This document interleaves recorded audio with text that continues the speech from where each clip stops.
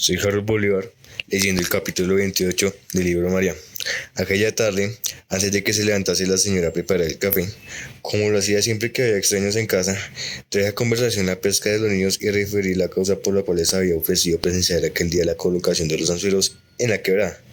Se aceptó mi propuesta de elegir tal sitio para el paseo. Solamente María me miró como diciéndome con que no hay remedio. Atravesamos ya el huerto. Fue necesario esperar a María y también a mi hermana, quien había ido a averiguar la causa de su demora. Daba yo el brazo a mi madre. Emma rehusó cortésmente apoyarse en el de Carlos, sobre pretexto de llevar a la mano a uno de los niños. María lo aceptó casi temblando, y al poner la mano en él, se detuvo a esperarme. Apenas fue posible significarle que era necesario no vacilar. Habíamos llegado al punto de la ribera, donde la olla de la Vega, alfombrada en fina gama, sobresalen de trecho en trecho piedras negras manchas de musgo blanco. La voz de Carlos tomaba un tono confidencial, hasta que entonces había estado sin dudas cobrando ánimo y empezaba a dar un rodeo para tomar buen viento. María intentó detenerse otra vez. En sus miradas a mi madre y a mí me habían casi una súplica, y no me quedó otro recurso que procurar no encontrarlas.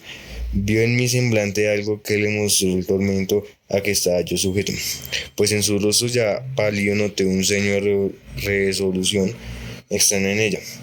Por el continente de Carlos persuadía de que era llegado el momento en que se deseaba yo escuchar. Ella empezaba a responderle, y como su voz, aunque tremula, era más clara de lo que él parecía desear, llegaron a mis oídos estas frases interrumpidas. Habría sido mejor que hablase solamente con ellos. Si estimara el horno que usted está negativo. Carlos estaba desconcertado. María se había soltado de su brazo y acabamos de hablar jugando con los caballos de Juan, quien haciéndole de la falda le mostraba un racismo de adorete colgante del árbol inmediato. Dudo que la escena que acabo de describir con la exactitud que me es posible fuera estimada en lo valía por el Jerónimo, el cual con las manos dentro de las faltriqueras de su chupa azul se acercaba en aquel momento con mi padre. Para esto todo pasó si lo hubiese oído. María se agregó mañosamente a nuestro grupo como pretexto de ayudarle a Juan a recoger unas moras que él no alcanzaba. Como yo había tomado ya las frutas para hacerlas al niño, ella me dijo al recibírmelas: ¿qué hago para no volverme a este señor? Es inevitable, le respondí, y me acerqué a Carlos convidándolo a bajar un poco más a la vega para que diese un bello remazo. Y le incitaba a que la mayor naturalidad que era posible fingir que viniese a bañarnos en la misma mañana siguiente. Era pintoresco el sitio, pero decididamente Carlos veía en este menos que en cualquier otro la hermosura de los árboles y los bejucos florecidos que se bañaban en las espumas como guirnaldas desatadas por el viento. El sol, al acabar de ocultarse, tenía las colinas, los bosques y los corredores con resplandor color de topacio. Con la luz esparcida y mirase que llamaban los campesinos el sol de los venados, sin duda porque a alta hora salen esos habitantes de las espeaduras a buscar pastos en los pajonales de las altas cuchillas, o al pie de los magueyes que creen entre grietas en los peñascos. Al unirnos Carlos y yo al grupo que formaban los demás, ya iban a tomar el camino de la casa, y mi padre, con una oportunidad perfectamente explicable, dijo a don Jerónimo: nuestros no debemos pasear desde ahora por Betuarinos. Regresamos acompañados. Dicho esto, tomó la mano de María para ponerla en su brazo, dejando al señor de M llegar a mi madre y a Emma. Han estado más galantes que nosotros, dijo a Carlos, enseñándole a mi padre y al suyo, y lo seguimos llevando yo en los brazos a Juan, quien abriendo los suyos se había presentado diciéndome: que me alces, porque hay espinas y estoy cansado. Refiriéndome después María que mi padre le había preguntado cuando empezaban a envejecer la cuestecilla de la Vega, que le había dicho Carlos, y como insistente afablemente que la contara, porque ella guardaba silencio se resolvió al fin, animada así, a decirle lo que había respondido Carlos. Es decir, le preguntó a mi padre casi riendo, oída la trabajosa relación que ella acaba de hacerle. Es decir, que no quiere casarse nunca. Respondiéndole, meneándole la cabeza en señal de negativa, sin atreverse a verlo. Hija, ¿si tendrás ya visto algún novio? Continuó mi padre. No, dices que no. Sí, digo, concentrando la manera muy asustada. Será mejor que ese buen mozo que has desañado. Y al decirle esto, mi padre le pasó la mano derecha por la frente para conseguir que lo mirase. ¿Crees que es muy linda? ¿Yo? No, señor. Sí, y te lo habría dicho muchas veces. Cuéntame cómo es afortunado. María temblaba sin atreverse a responder una palabra más cuando mi padre continuó diciéndole: él te acabará de merecer.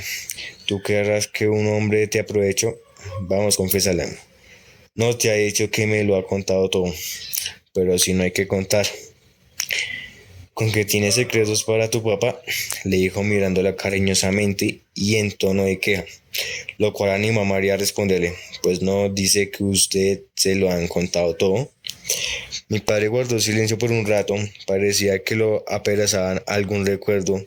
Subía a las gradas del corredor del huerto cuando ella le oyó decir: pobre Salmón, y pasaba al mismo tiempo de unas manos por la cabellera de la hija de su amigo. Aquella noche en la cena, las miradas de María al encontrarlas yo empezaron a revelarme lo que entre mi padre y ella habían pasado.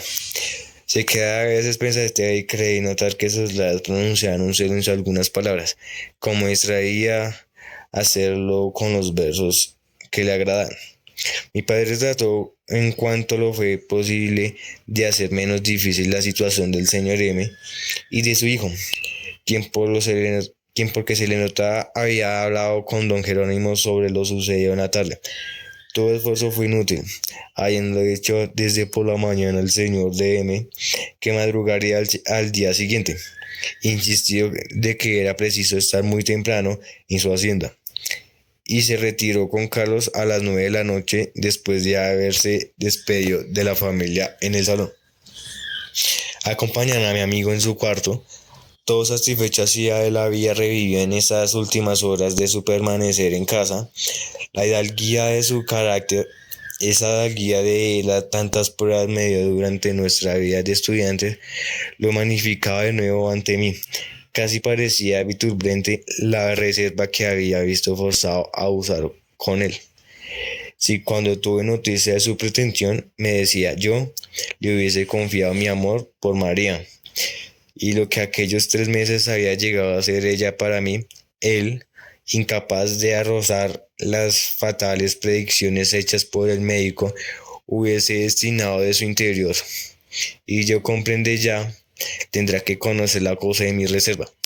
En caso en que de esa reserva tanto mal pudo haberle hecho, esas reflexiones que me penaban las indicaciones recibir de mi padre para manejar ese asunto eran tales, que bien podía sinceramente con ellas, pero no, lo que en realidad había pasado, lo que tenía que suceder y sucedió, fue ese amor adueñado de mi alma para siempre. La había hecho insensible a todo otro sentimiento ciego, a cuanto no viniese María. Tan luego como estuvimos solos en mi cuarto, me dijo, tomando todo el aire de franqueza estudiantil, sin que su finosomía desapareciera por completo, lo contraria de que denunciaba: tengo que disculparme contigo de una falta de confianza en su lealtad. Yo deseaba verle ya la confidencia tan temible para mí un día antes. ¿De qué falta? Le respondí, no lo he notado. ¿Qué no has notado? No. No sabes el objeto con el mi padre y yo vivimos, sí. Ese es el corriente resultado de mi promesa. No bien, pero las adivinas, es verdad. Bueno, entonces, ¿por qué no hablé contigo sobre lo que pretendía antes de hacerlo con cualquier otro? Antes de consultárselo a mi padre. Una delicadeza exagerada de tu padre. No hay tal delicadeza, lo que hubo fue torpeza, imprevisión, olvido de lo que quieras, pero no se llama como lo has llamado. Se paseó por el cuarto y deteniéndose luego delante del sillón que yo ocupaba. Oye, dijo, y admírate de mi calidez cáspita. Yo no sé para qué diablos le sirve aún haber vivido 24 años. Hace poco más de un año que me separé de ti para irme a la Cauca y ojalá te hubiera esperado como tanto lo deseaste. Desde mi llegada a casa fui objeto de las más obsequiosas atenciones de tu padre y de tu familia, todo. Ellos nos unían antes de que vinieran. Vi 2 o 3 veces a la señora María y a tu hermana. Ya de visita en casa, ya aquí, hace un mes me habló mi padre del placer que le daría yo tomaba por su esposa a una de las dos. Tu prima había extinguido en mí, sin saber ella, todos aquellos recuerdos de Bogotá que tanto me atormentaban. Como te lo decía en mis primeras cartas, combiné con mi padre en que pidiera él para mí la mano de la señorita María, porque no lo procuré para verte antes. Bien en verdad que la prolongada enfermedad de mi madre me retuvo en la ciudad, pero ¿por qué no te escribí? ¿Sabes por qué? Creía que al hacerte la confidencia de mis pretensiones era como exigirle algo a mi favor. Y el orgullo me lo impidió. Olvidé que eras mi amigo. Tú tendrías derecho, lo tienes, para olvidarlo también.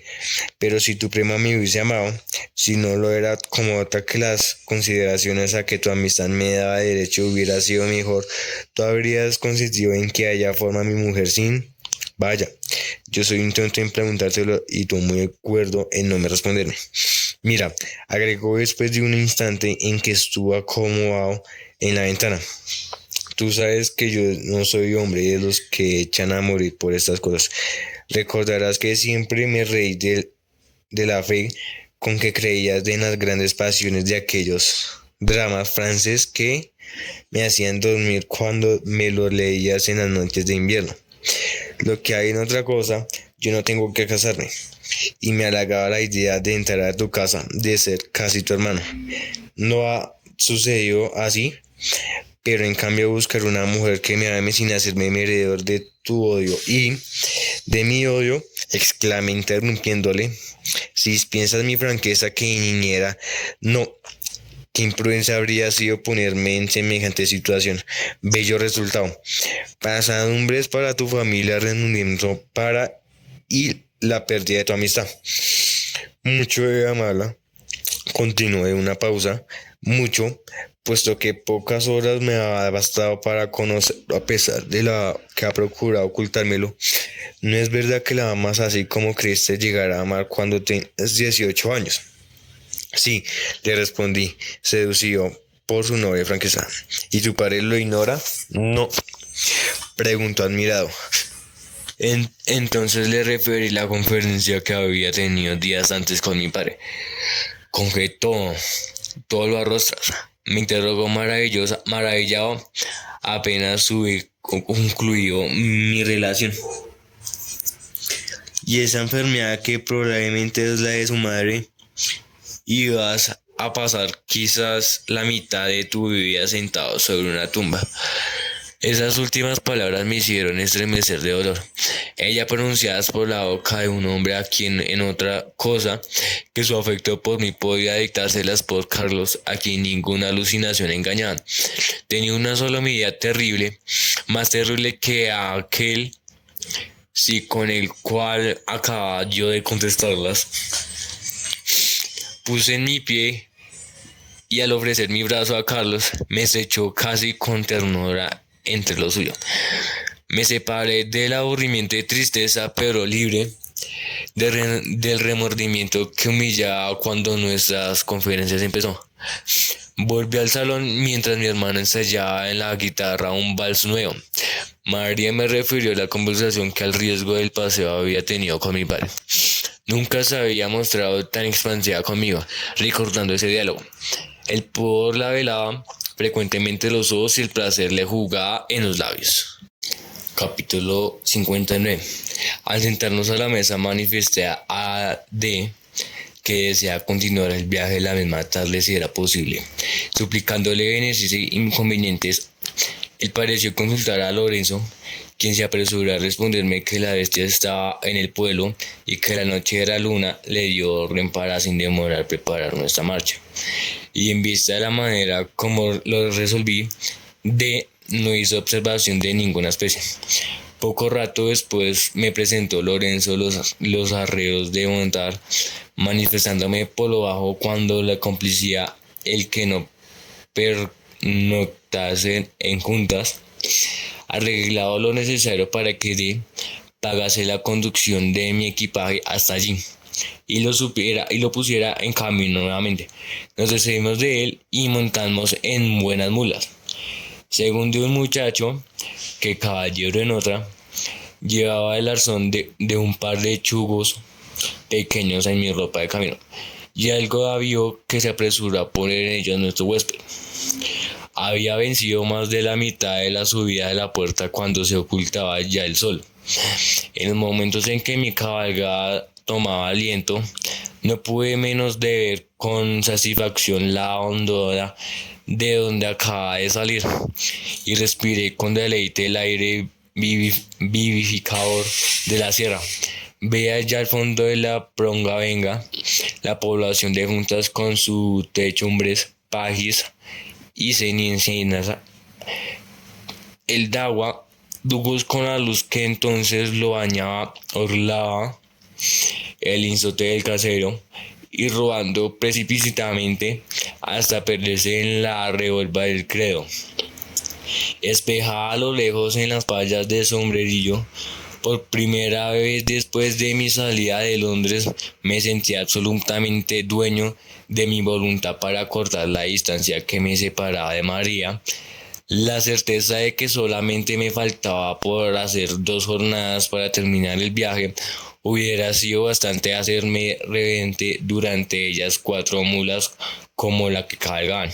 Lorenzo, experimentado de lo que resulta de tales afanes en tal camino, trató de hacerme moderar algo de paso, y con el justo pretexto de servir de guía, se me colocó por delante a tiempo que faltaba poco para que coronáramos la cuesta. Cuando llegamos al hormiguero, solamente la luna nos mostraba la seda. Me detuve porque Lorenzo había echado pie a tierra allí, lo cual tenía en alarma a los perros de la casa. Recordándose el sobre el cuello de mi mula, me dijo sonriendo: ¿le parece bueno que durmamos aquí? Esa es buena gente y hay pasto para la bestia. No seas flojo, le contesté. Yo no tengo sueño y las mulas están frescas. No se afane, me observó tomándome al estribo. Lo que quiero es mencionar estos cubas, no seas que son echajumbres por estas tan ovachonas. Justo viene con mis mulas para juntas. Continuó deshinchando la mía, y según me dijo ese muchacho que encontraba en la puerta, debe tolerar esta noche en Satana si no consigue llegar a Hojas, donde lo encontramos tomando chocolate. Iremos a dormir un ratico por ahí donde se pueda. ¿Le gusta así? Por supuesto, es necesario llegar a Cali mañana en la tarde. No tanto, dando las 7 en San Francisco iremos entrando, pero yendo a mi paso, ¿por qué no? Daremos gracias a llegar a San Antonio.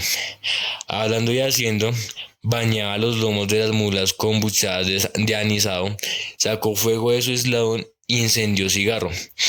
Echó un reprimande, muchachos, que venía atrasándose, porque es que su mula era cueruda, y emprendiendo nueva marcha mal despedidos por los bosques de la casita. No obstante que el camino estaba bueno, es decir, seco, no pudimos llegar a Hojas sino pasar las 10. Sobre lo plano que corona la cuesta blanqueada una tolda, Lorenzo, fijándose en las mulas que remoldeaba en las torcillas de la seda, dijo: ahí está justo, porque aquí en la tamborera y en el frontino que nunca manchan. ¿Qué gente es esa?, le pregunté. Pues machos míos. Silencio profundo reinaba en torno de la caravana rienda. Un viento frío columpiaba los cadáveres y mandules de la falda vecina. avivando a veces las brasas amortiguadas de que gruñó el sentimiento ladró al reconocernos por extraños. «Ave María», gritó Lorenzo, dando hacia los riesgos de salud que entre ellos se acostumbran a llegar a la posada. «Calla, barbillas», agregó diciéndole al perro y echando pie a tierra.